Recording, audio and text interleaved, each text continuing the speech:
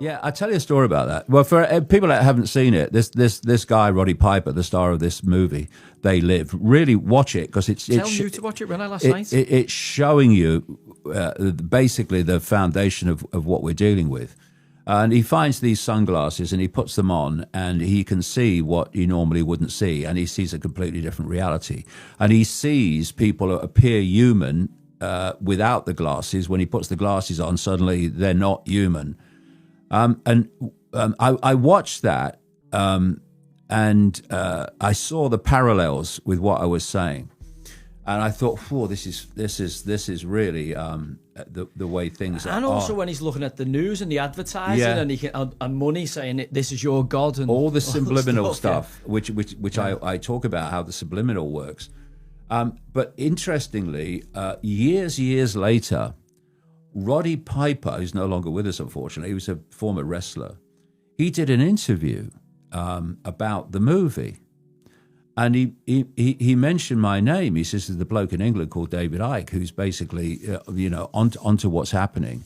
He said, I remember what he said. He said, They Live was not a movie.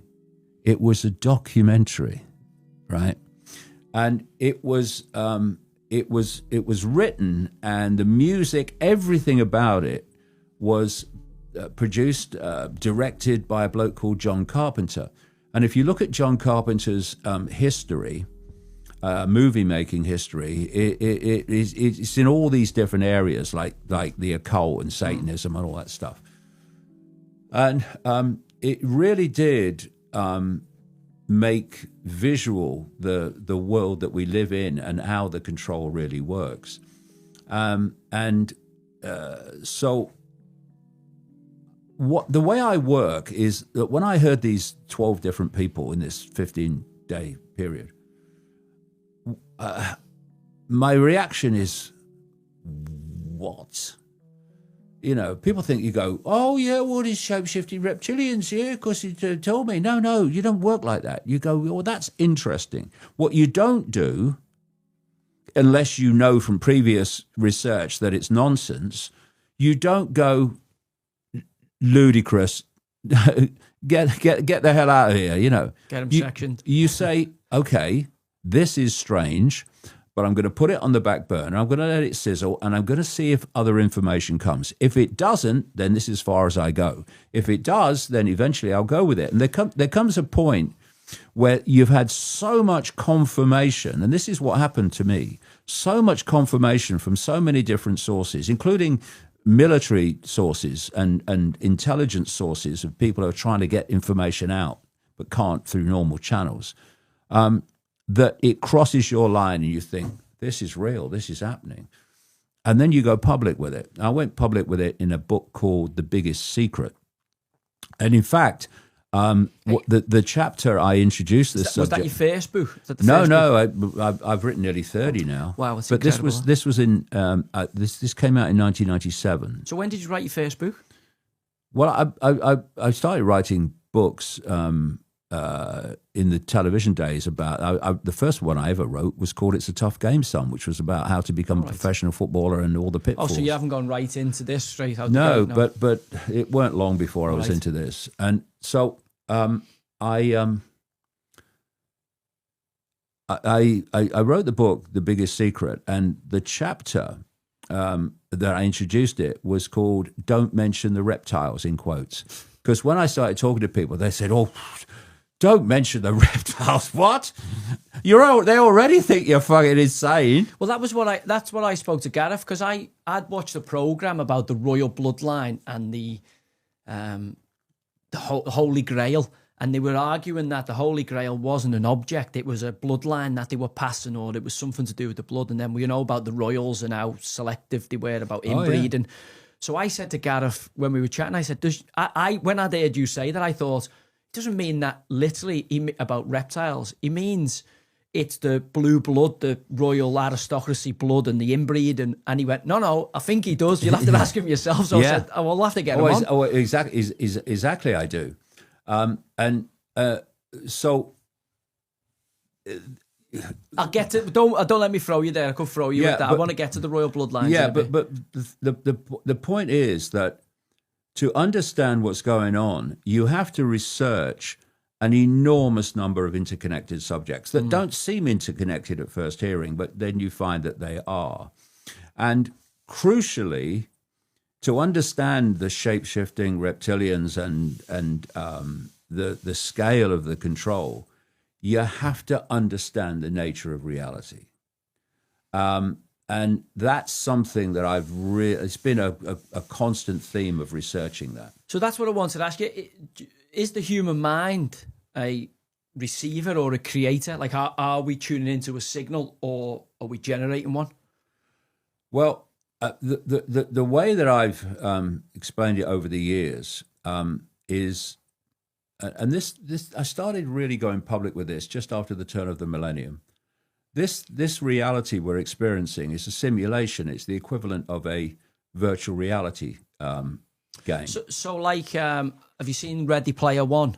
No, that's an interesting one for you to watch. Really thought provoking. But a lot of people will go back to the Matrix, kind of Neo and that kind of stuff. Well, the thing is, when the first Matrix movie came out, several since 1991. Yeah, it was a real. It was a real boost to me in the sense that it gave a visual representation of what I'd been thinking about, because I went public with it in the early 1990s. 1999 was the Matrix. Sorry, not 1991. I went public with it just after the turn of the millennium, rather. But I'd been thinking about it and moving in that direction for many years before.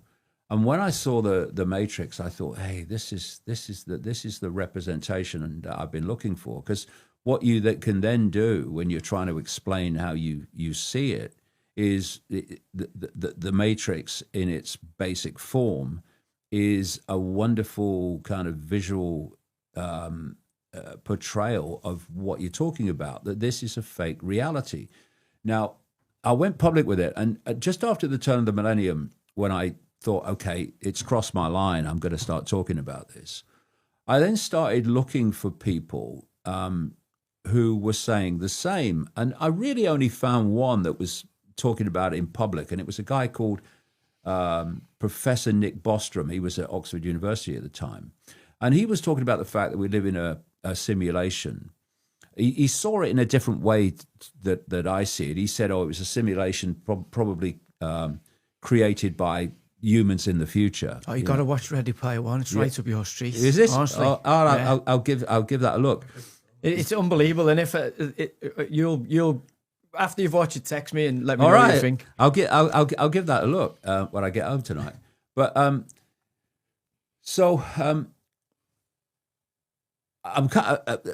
what I was kind of saying at the time, just after the turn of the millennium, is that we live in a simulation. And at one level of the simulation, it manifests at what we call the speed of light. Now, from about, and of course that's far out, Nick Bostrom, okay, intellectually, yes, I could see that. This mad guy from the Isle of Wight, bloody hell, he's saying it, what ridiculous. But from about 2016, more and more mainstream scientists started to conclude that actually this is some kind of simulation. And there was a guy called Rich Terrell, who was a computer guy a high computer guy in NASA. And he went public, it was in the papers, as I think it was about 2016, as saying he believed that this was a simulated reality, that the so-called physical was holographic, which is exactly what I was saying, years earlier, and that if it's a simulation and it ain't natural, then it didn't evolve through evolution. It was created by some intelligence, right? And which is exactly what I was saying years earlier, that non-human entities had created this simulation. Why? To entrap human perception for reasons I'm sure we'll get into.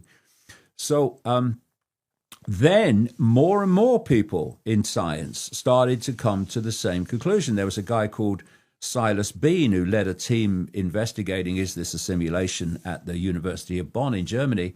and they concluded it pretty likely was and was formed as a structure of cubes.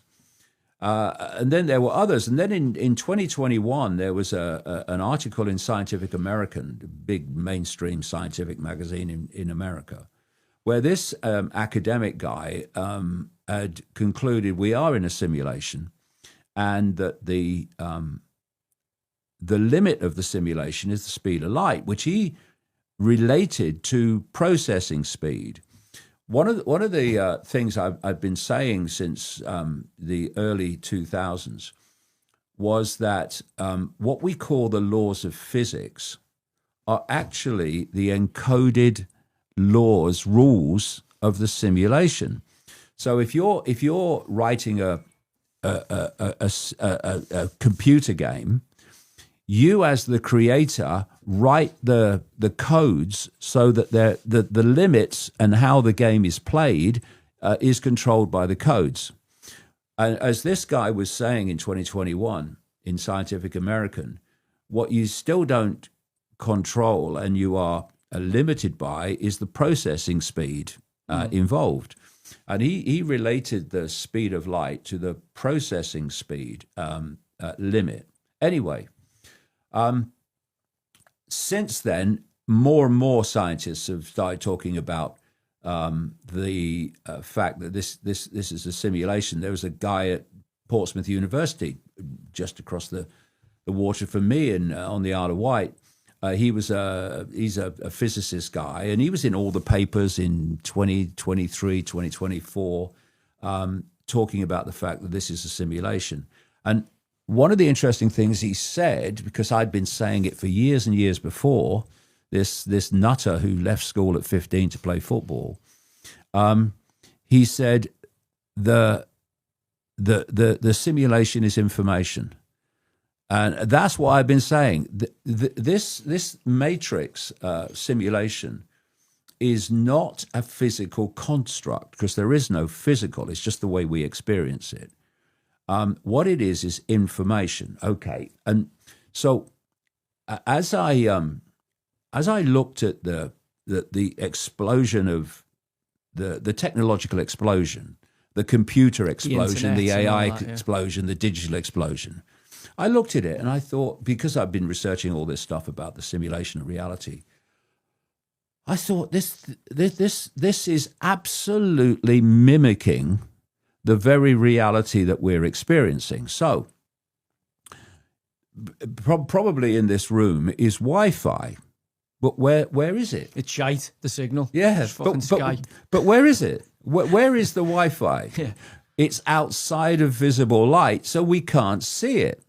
And if you said to someone who knew nothing about computers, nothing about Wi-Fi, and you said, there is a field, there's a radiation field in this room that you can tap into anywhere in the world where it exists, and it's a global reality, we call it the internet.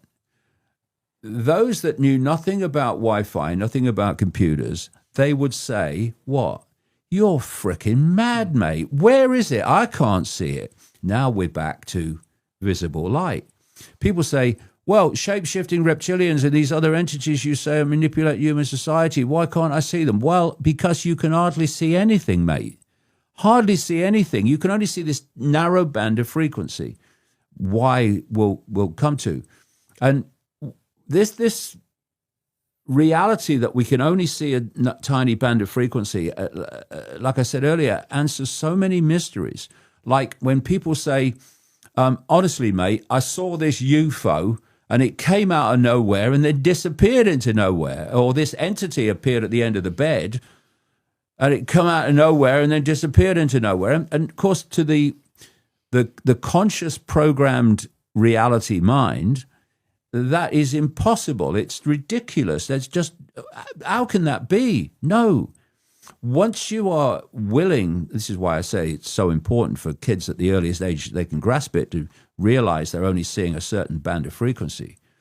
When a, quote, UFO enters visible light from another dimension of reality, when it changes its frequency to enter the frequency of visible light, to the observer, it's appeared out of nowhere.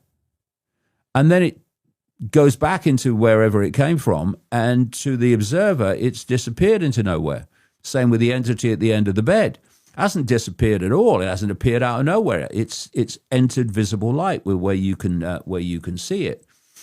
So we have this explosion of technology, which is mimicking the way we experience reality and what this reality is. It's just another level of it that operates in basically the same way.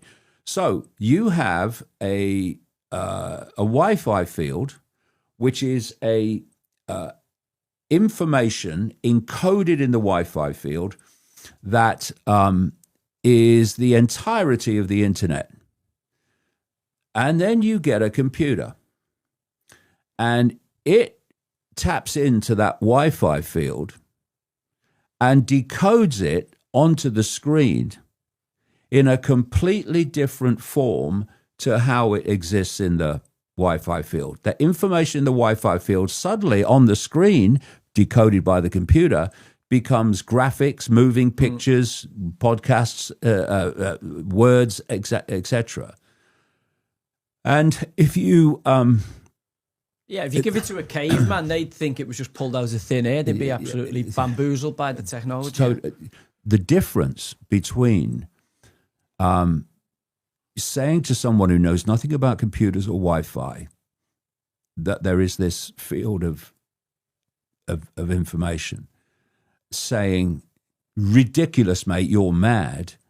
And if you say it to someone who knows about computers and knows about Wi-Fi, and you said the same, they go, oh, yeah, Wi-Fi, computers, yeah, I know all about that. The only difference between you're mad and I know all about that is knowledge. So is knowledge. That's all it is. And if you can suppress knowledge, you suppress the sense of the possible, and you put people in the perceptual box. Well, this is what I was going to say to you. So you're saying, obviously, there's this obviously group of elites that sit above, that control information and knowledge and stuff and hide stuff away from us. They're obviously able to see in a bandwidth that we're not. Yeah. And I'm looking at that going, is that kind of tyranny planned, or is that kind of the predictable end for us as humans to keep us kind of cattle, keep us contained? No, it's done on purpose for reasons we can come to. So what I did then was I applied that computer Wi-Fi thing to this internet, to this what I call cosmic Wi-Fi, this information field that is the matrix, is the simulation. And so you say, well, okay, we can't see the matrix information like we can't see Wi-Fi, but the Wi-Fi is decoded into this totally different reality by the computer. How do we decode the matrix? How do we turn it into what we experience it as? Well, you're wearing it. This is why since the 1990s I've been calling the human body a biological computer. It works in basically the same way. So then you start researching even mainstream science in about the sequence of how we decode reality, how we experience reality. And it works like this. And all the five senses are the same. The five senses are how we interact with this matrix. And what the five senses do is they tap in to the wave field, waveform, frequency, information level of the matrix field, just like Wi-Fi. And classic is the ears. I'm talking to you now, but there's no words passing between us. What's passing between us is an information field, a frequency information field generated by my vocal cords. And I'm talking mainstream science here, people. So the ears pick up that frequency information. they turn it into electrical information and they communicate it to the brain, and the brain then decodes it into the language that we think we're communicating with each other. So all the five senses work the same. When Gareth was in hospital once with a broken leg playing football, I was chatting to the doctor, and he was telling me about a new pain relief technique, which stopped the message coming from the point of the pain, like a blow on the leg or whatever. It's like an epidural would do that in pregnancy, wouldn't it? From being communicated to the brain, because you may have a blow on the shin, but it's the brain that says "ouch," because that signal is then decoded by the brain into what we call pain. I don't know why I'm laughing. I'm thinking of Dirty Rotten Scoundrels now when he's in the, he's pretending to be a cripple and Michael Caine's whacking him on the shins, Steve Martin. Does he ever stop? Does he ever stop watching movies? This guy. No, I always watch them. So that's the thing. You've been obviously, predictions you've made. I'll get into that with you in a minute. So I'm looking at it going like, are you a forecaster or someone who notices patterns that others ignore? No. So yeah, like I just finished the point that so the computer, the biological computer, is decoding the matrix through the five senses, and the five senses communicate an electrical information to the brain, which is a electrical version of the wave field information. And there's different parts of the brain that specialize in decoding the different senses, like the visual area is at the back here. And if you damage that, you'll lose your sight, right? So then the brain puts all this information together and generates a version of reality, a vision of reality. And we can all agree that there's a table here that is not in the form that we are looking at it, but it visually it's there. But what we think of the table can be very, very different. Like someone might like it and someone might not like it. So we have the same basic background experience of reality of the matrix. It's the same molecular structure. It's just formulated in a different way, isn't it? Do you know what I mean? This is energy that's entered that frequency band that's within visible light. So we're sitting here, and what we can see around the room is form, is material form, because that's all vibrating within visible light, so we can see it. But if you look around the room, between the form appears to be empty space. To our visual reality, it's empty space. It's not, but it appears to be, because that's outside of the visible light frequency range. As we sit here, the entirety of infinite reality is within the space that we're occupying, but we're only perceiving a narrow band of it. So when the body dies, what we call death, the body ceases to function. And that's when you have these now millions of near-death experiences with very common themes, who, when the body dies briefly and then is revived, they find themselves in a completely different reality. There's nothing like this one. They Live, Matrix, it's more than a documentary. It's real life. And the more and more I keep on this journey, the more I've come to accept that some people just will never ever see the truth, the illusion, the mythical things we have led to believe. Most people will never accept it. They're just unable to see it, unable. You're just a thing, people. I care you're trying, I care reason, I care example, I care what kind of movie you should, I care what kind of music you make them listen. Some people just will never ever get it, people. And if you just understand and know that, we are trying to wake up as much But we still have to have that in our back of our mind, say, many people will never, ever, ever wake 1 inch. And that's just the hard truth, hard facts. And the level of deception we're dealing with, it's a given. It's just a given, people. It's a given that this matrix is so well built, well placed. Majority of humanity is entrenched in it. And if you ever mention something like, hey,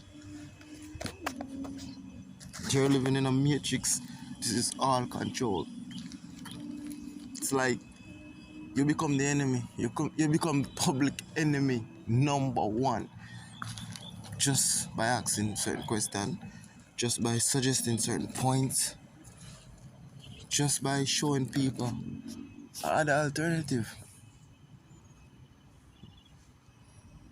And that's just the sad reality, people. That's just the sadness of the reality, and we just have to live with it. We just have to live with it. And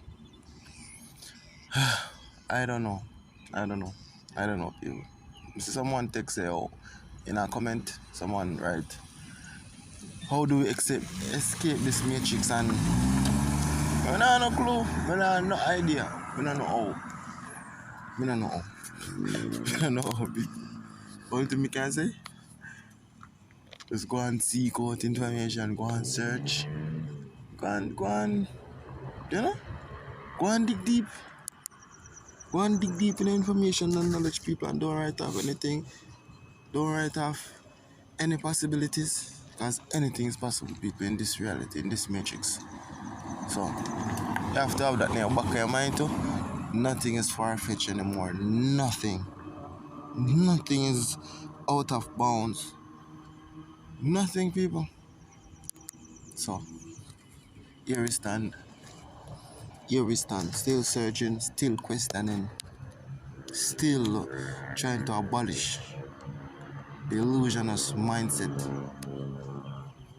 that dominates this world, this reality.